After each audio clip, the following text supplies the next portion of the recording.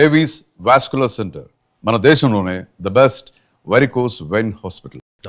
మొన్న ఇది ఇండస్ట్రీకి సంబంధించింది మాట్లాడాం. రాజేంద్ర ప్రసాద్ గారు అప్పుడప్పుడు స్పీచ్ల్లో కొన్ని వివాదాలని ఇలా చిక్కుంటాడు. రీసెంట్ టైమ్స్లో కూడా మళ్ళీ ఒకటైంది. మీరు ఎప్పుడు మాట్లాడలేదు? ఆయన పెద్ద ఆయన అని అందరూ ఆయనకి ఈ మధ్య కొంచెం షాక్ తగిలింది కదా, కూతురు అవన్నీ జరగడంతోనే ఆయన కొంచెం మైండ్ మామూలుగా కూడా ఆయన కొంచెం తొందరగా మాట అంటారు. ఈజీ గోయింగ్ ఆయన, ఈజీగా అనేస్తారు. నేను కూడా ఉంటే ఏంటో కళ్యాణి అని పిలుస్తారు నన్ను కూడా.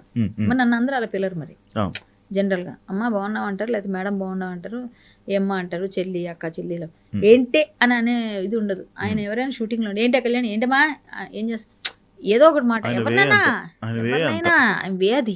సో ఏంటంటే ఆయన ఈజీ అలా అనకూడదని తెలుసు ఆయనకి, పెద్ద ఆయన. బట్ ఆయన కంట్రోల్లో ఉండలేరు ఆ టైంలో. కొంతమంది కొన్ని ఏదంటారు కదా నోటి ఇది అది ఎక్కువ ఉంటుంది. అలా ఉన్నప్పుడు సడన్గా ఆపుకోలేక ఏదో అనేస్తుంటారు. కానీ పెద్ద ఆయన మాత్రం బాగా సమన్వయం పాటించారు బ్రహ్మానందం గారు. మామూలుగా అయితే ఆయన కూడా గట్టిగా ఇచ్చేస్తారు, ఆయన కూడా గట్టిగా రియాక్ట్ అయిపోతారు. కానీ సమన్వయం పాటించారు. ఎందుకంటే వీళ్ళందరూ ఆయనకి సపోర్ట్ చేశారు ఒకప్పుడు. అంటే బ్రహ్మానందం గారికి వీళ్ళందరూ చేయూతలు ఇచ్చిన వాళ్ళు కాబట్టి ఆ కృతజ్ఞత మేబీ ఆ భక్తి అన్నీ ఉన్నాయి. కానీ మనసులో బాధపడిన జనాలందరూ తిట్టేస్తున్నారు కదా, ఈయన బదులు ఆయన వాళ్ళు తిట్టేస్తున్నారు. సో ఆయనని మనం ఏమన్నా కూడా పెద్ద ఆయన అన్నీ తెలుసు, అందరూ నా వాళ్ళే, వీళ్ళు నా ఇంట్లో మనుషులు, వీళ్ళు నా ఫ్యామిలీ, మూవీ ఇండస్ట్రీ అంతా. సో వీళ్ళందరికీ నేనే ఇది చేసా. నేను కూడా ఆయనతో కలిసి చాలా యాక్ట్ చేశాను. రాజేంద్ర ప్రసాద్ గారితో కలిసి మేము చాలాసార్లు కలుస్తాము. అది అంటే ఈ మా అసోసియేషన్ బయట ఏదైనా ఫంక్షన్స్లో బాగా మాట్లాడతారు. నేను గాలి సంపత్ అనుకుంటా అరకులో షూటింగ్ చేసాం. 3 years అయిపోయిందేమో, 3 years ఎంత అయింది ఆ సినిమా వచ్చి, 3-4 years అయింది. మా నాన్నగారు ఉన్నారు అప్పుడు. నాన్నగారు ఉండగానే నాన్నగారు వెళ్ళిపోయి 4 సంవత్సరాలు అయింది. ఆ టైంలోనే రిలీజ్ కూడా అయింది ఆయన ఎండింగ్లో. ఆ సినిమా చూసారు నాది మా నాన్నగారు లాస్ట్, గాలి సంపత్. సో గాలి సంపత్లో అరకెళ్ళి చేసాం. అప్పుడు రాజేంద్ర ప్రసాద్ గారు కాంబినేషన్ అంతా నాకు. సో నేను అందులో మంచి క్యారెక్టర్ చేశాను. శ్రీ విష్ణు హీరో, అది అనిల్ రావుపూడి గారు డైరెక్టర్. సో ఆ సినిమాలో చేసేటప్పుడు మేము కలిసి భోజనం, ఆయన అంతా ఫుడ్ పెడతారు, ప్రసాదాలు తెచ్చి పెడతారు, అందరికి బాగా చూసుకుంటారు. బాగా యాక్టింగ్ చేసేప్పుడు కూడా మనకు సపోర్ట్ చేస్తారు. ఇలా చెప్పు డైలాగ్ అలా అవన్నీ ఉంటాయి. మళ్ళీ మనం ఏదైనా తప్పు చేసినాం, బాగా చేసాం చేస్తే కూడా బాగా చెప్పావు అంటారు. అంటే ఆయన అన్ని విధాలుగా మంచి ఆయనే. కానీ ఏం చెప్తాం అలాంటి పెద్దోళ్ళ గురించి? తప్పు అని అనలేము, తప్పు ఆయన విధానం అది అని చెప్పలేము. అది తప్పు పట్టే విధంగా ఉంది కాబట్టి పెద్దవాళ్ళని మనం ఏమని తప్పు పడతాం.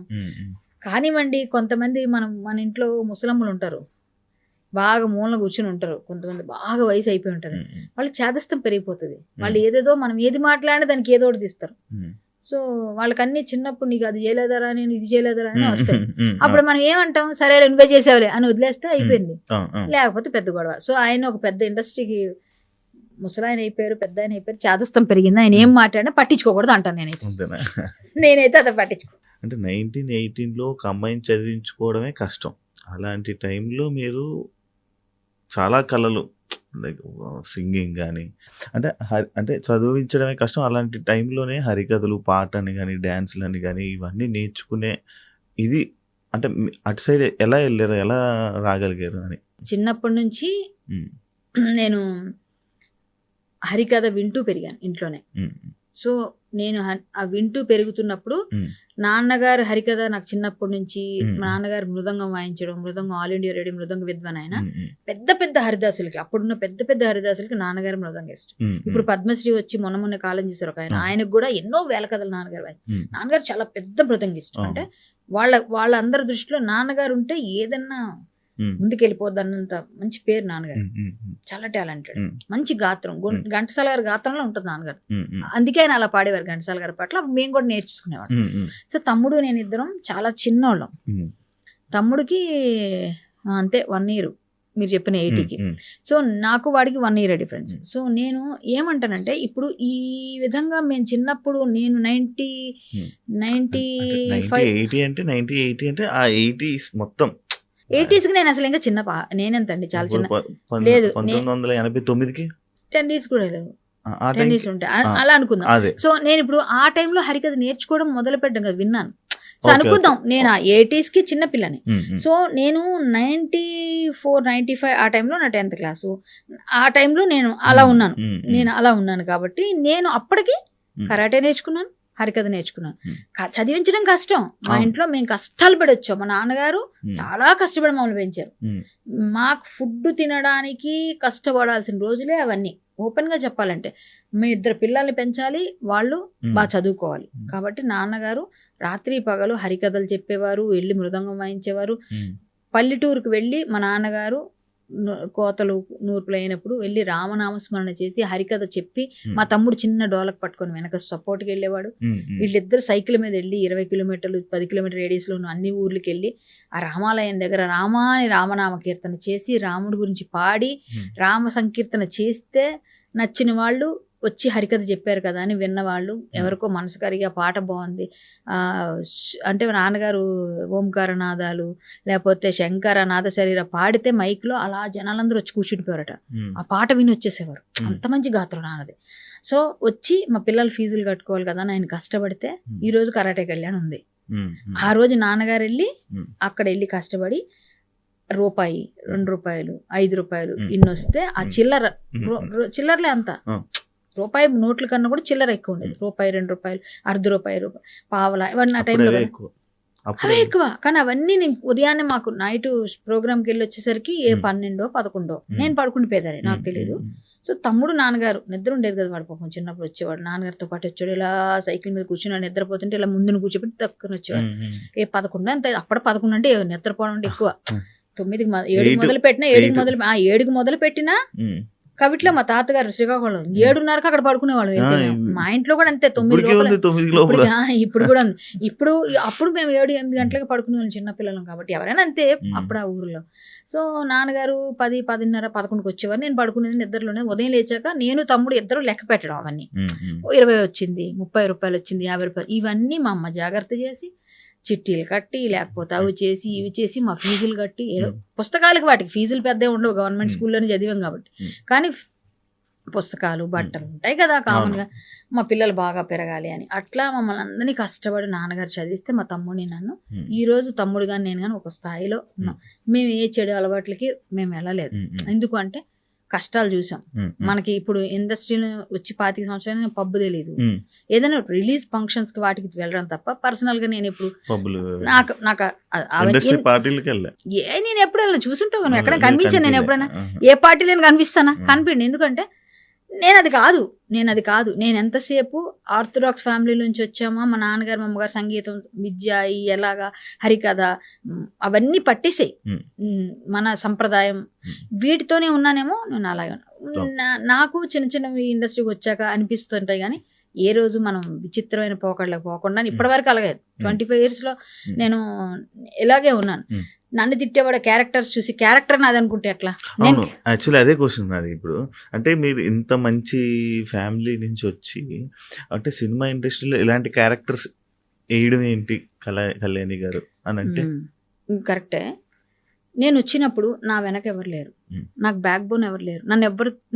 నేను వచ్చినప్పుడు నన్ను విజయనగరం నుంచి విచిత్రంగా వచ్చాను. నేను ఎట్లా అంటే నేను సింగర్ అవుదాం అనుకున్నాను. అక్కడ నేను పాటలు పాడుతున్నప్పుడే చూసిన ఒక వ్యక్తి, సీనియర్ జర్నలిస్ట్ అంటారు. అవును, పేర్లు చెప్పను నేను. సో ఓ జర్నలిస్ట్ చూసి ఆయన నన్ను నువ్వు ఇక్కడ కన్నా అక్కడే ఉండాలి హైదరాబాద్లో అని చెప్పి వాళ్ళ బావగారికి చెప్పి ఆయనకి చెప్పి ఇలా ఒక అమ్మాయి బాగుంది. అప్పుడు నేను చాలా బాగుండేదని. సో అప్పుడు సన్నగా స్లిమ్గా హీరోయిన్ మెటీరియల్లా ఉండేదని. సో చూసిన వాళ్ళు నాకు పెద్ద లైన్ ఫాలోయింగే ఇప్పటికీ ఉంది అప్పటికీ ఉంది, అది వదిలే. కానీ సో అప్పుడు బాగా చిన్నప్పుడు ఉండే ఇది వేరుంటుంది కదా.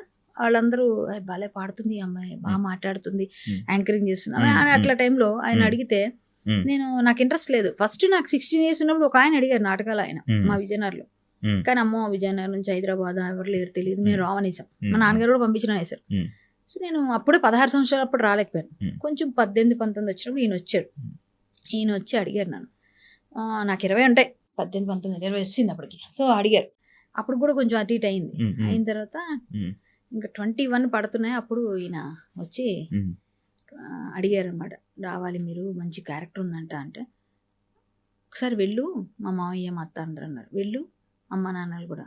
నచ్చకపోతే వెనక్కి వచ్చే మన హరికథలు ఉన్నాయి. అప్పటికి నేను కరాటే టీచర్ని గురుకుల పాఠశాలలో. నేను బ్లాక్ బెల్ట్ కదా, నేను నేషనల్ 4 times గోల్డ్ మెడల్స్ వచ్చాయి అప్పటికి నాకు. సో కరాటే గురుకుల పాఠశాలలో నెల్లిమర్ల అనే ఊరు దగ్గర, నీకు తెలిసి ఉంటుంది నెల్లిమర్ల, ఆ ఊర్లో నేను గురుకుల పాఠశాల 200 మంది అమ్మాయిలకి క్లాసెస్ చెప్పేదాన్ని కరాటే. సో నేను వెళ్తుండేదాన్ని. సో క్లాసెస్ బయట కూడా చాలా చెప్తున్నాను. బాగానే డబ్బులు నెలకి 100 రూపాయలు కట్టిన వాళ్ళు మాకు బాగానే వచ్చేది. నాకు ఒక అప్పట్లోనే 5-6 వేలు సంపాదించేది నేను ఊళ్ళో బాగా. ఎందుకంటే నాకు బండి కూడా నేను కొనుక్కున్నాను. అంటే చెప్తున్నాను బాగా, నేను కరాటే టీచర్ని కదా, 200 మంది చెప్తున్నాము. అందులో మా మాస్టర్కి ఇచ్చేసిన కొంచెం నాకు వచ్చేది. నెక్స్ట్ హరికథ ఆర్కెస్ట్రా పాటలు పాడేదాన్ని, సినిమాలు నేను రోషన్ లాల్ ఆర్కెస్ట్రా అవన్నీ పాడేదాన్ని. సో నాకు డబ్బులు నేను ఎర్న్ చేస్తున్నాను, చిన్నప్పటి నుంచి ఎర్న్ చేస్తున్నాను. నా చేతిలో డబ్బులు ఉన్నాయి. నాన్నగారికి నేను ఎప్పుడూ చన్నీళ్ళు వేణీళ్ళగా నేను ఒక 13 years, నాకు 13 years ఉన్నప్పటి నుంచి నాన్నగారికి నేను ఎర్నింగ్స్ చేసి ఇస్తున్నాను హరికథ చెప్తున్నాను కదా. అప్పటి నుంచి నాన్నకి నేను పెద్ద కూతురు కాదు, కొడుకులాగే అలా ఉండేదాన్ని. కాబట్టి నేను ఎప్పుడైతే అందొచ్చినా బాగానే సెట్ అవుతున్నాం. సో అప్పులు తీరుతున్నాయి, నెల కట్టుకున్నాం. గవర్నమెంట్ స్కీమ్స్ కూడా ప్రోగ్రామ్స్ నాకు వచ్చాయి. ఈ అక్షర విజయం అలాంటిది హరికథలు పథకాల మీద చెప్పడం, అది కూడా నేను సెలెక్ట్ అయ్యాను. గవర్నమెంట్ నెలకి 4500 ఇచ్చేవారు. 8 ప్రోగ్రామ్స్ ఎన్నో చేసేవాళ్ళు. నాన్నగారికి నాకు ఇద్దరికి వచ్చి 9000 వచ్చేది. అప్పుడు బోల్డ్ డబ్బులు అవి 9000 అంటే. సో ఆ టైంలో నేను చాలా అన్ని విధాలుగా సెట్ అయ్యాను. సో అప్పుడు కొంచెం డబ్బులు బాగానే ఉన్నాయి కదా, ఎందుకు మన అక్కడికి అన్నట్టు అన్నారు. అంటే వస్తున్నాయి కదా, ఇప్పుడిప్పుడు సెట్ అవుతున్నాం కదమ్మా అంటే. కష్టాలు ఉన్నాయి, అప్పులు ఉన్నాయి కొన్ని. కానీ నాకు కూడా అమ్మ కొంచెం ఫోన్లో సినిమాల్లో ఎందుకు అడిగారు ఆయన, చూద్దాం. నాకు జాతకంలో చెప్పారు మీ అమ్మ ఇండస్ట్రీకి వెళ్తుంది. నేనేంటి విజయనగరంలో పుట్టాను, నేను అక్కడ హైదరాబాద్ వెళ్ళి చిరంజీవి గారి సినిమాలు, బాలకృష్ణ గారు, బ్రహ్మానంద గారి సినిమాలు అన్ని మాకు శుక్రవారం కమ్యూనిటీ హాల్ దగ్గర వేస్తే ఇలా చూసేవాళ్ళం మేము. చిత్రలహరి అవన్నీ కుర్చీలు వేసుకొని కొట్టుకొని కూర్చునేవాళ్ళం. చిత్రలహరికి చైర్ వేసుకొని మేమందరం ముందే ఆక్యుపై చేసుకుని ఫ్రంట్ రోలో మాకు టీవీ కనిపించాలి. టీవీ పెట్టేవారు, 1 India టీవీ డోర్లు చిన్నప్పుడు. సో అవన్నీ చూడడానికి మా ఇంట్లో టీవీ కూడా ఉండేది కదా ఆ టైంలో. సో పక్కింట్లో చూసేవాళ్ళం, లేకపోతే కమ్యూనిటీ హాల్ దగ్గర రోజు చిత్రలహరి శుక్రవారం ఇప్పుడు వస్తుంది సాయంత్రం, ఆ టైంలో చూసేవాళ్ళం.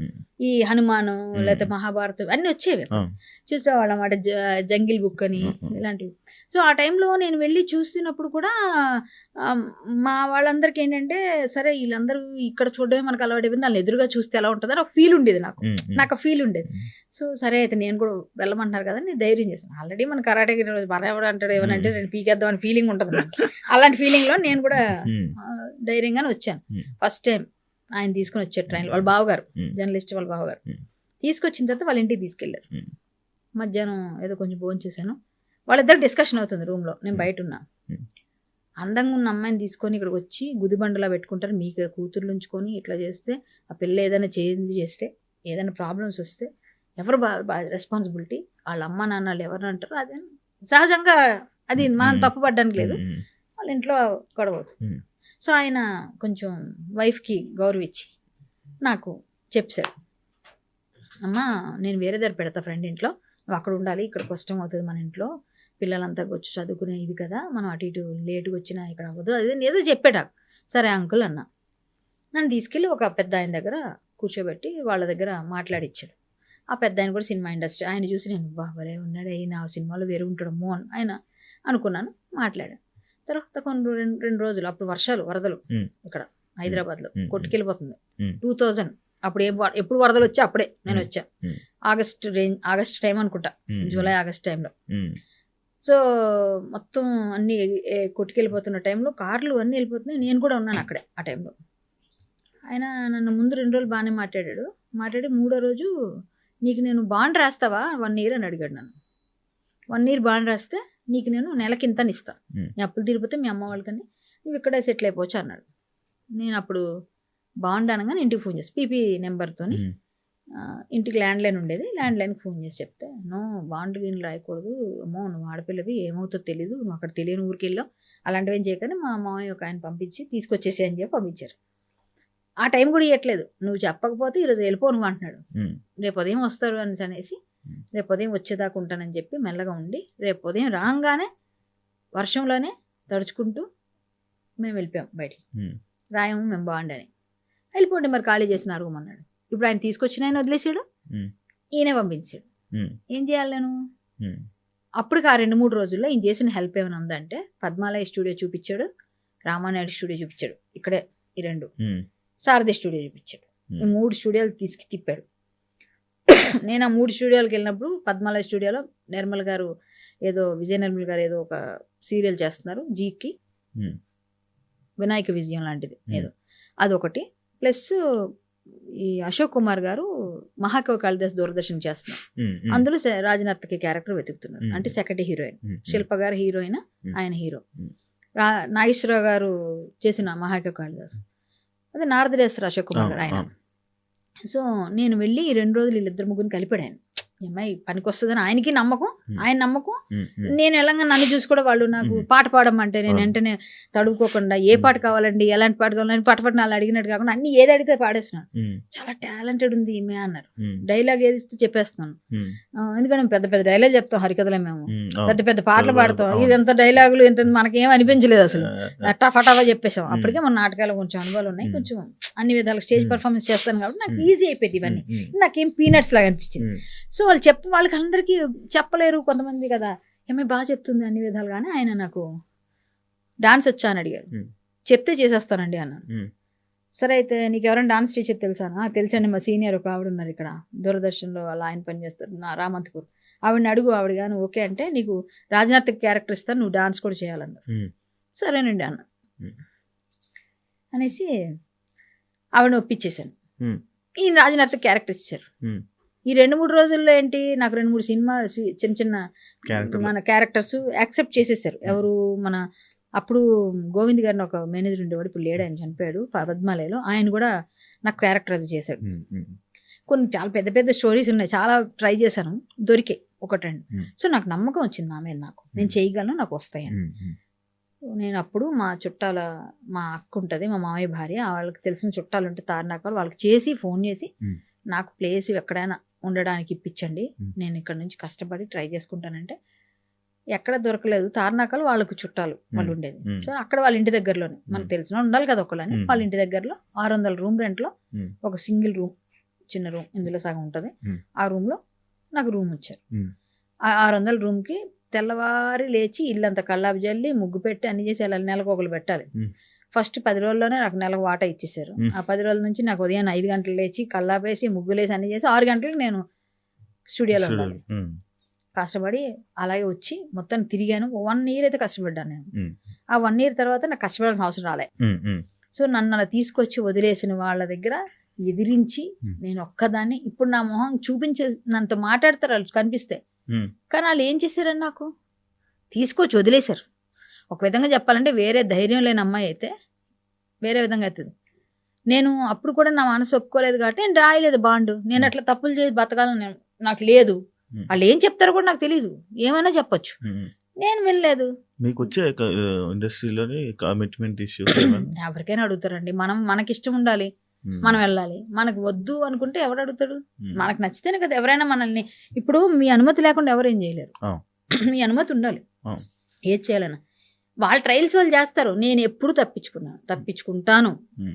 నేను చెప్తాను అసలు మీరు మూలన ముసలాడు కూడా చూస్తాడు, అది కామన్. మూలన ముసలాడు కూడా చూస్తాడు. దాన్ని మనం హ్యాండిల్ చేసుకున్న మన తాలూకు దీన్ని బట్టి ఉంటుంది. ఎస్ నేను చేస్తాను హ్యాండిల్, ఎట్లా నాకు ఇష్టం లేదు అన్నది నేను కమ్యూనికేట్ చేస్తాను. లేకపోతే నేను ఏ విధంగా చెప్పాలి ఆ విధంగా చెప్తాను. అప్పుడు కూడా అంతే, నేను వినలేదు. ఆయన చెప్పినప్పుడు నేను ఓకే అని ఉంటే ఏం చేయించేవాడు నాతో నాకు తెలియదు. మరి నేను కమిట్మెంట్ ఇవ్వలేదు, నేను రాయలేదు బాండ్, నేను బయటకు వచ్చేసాను.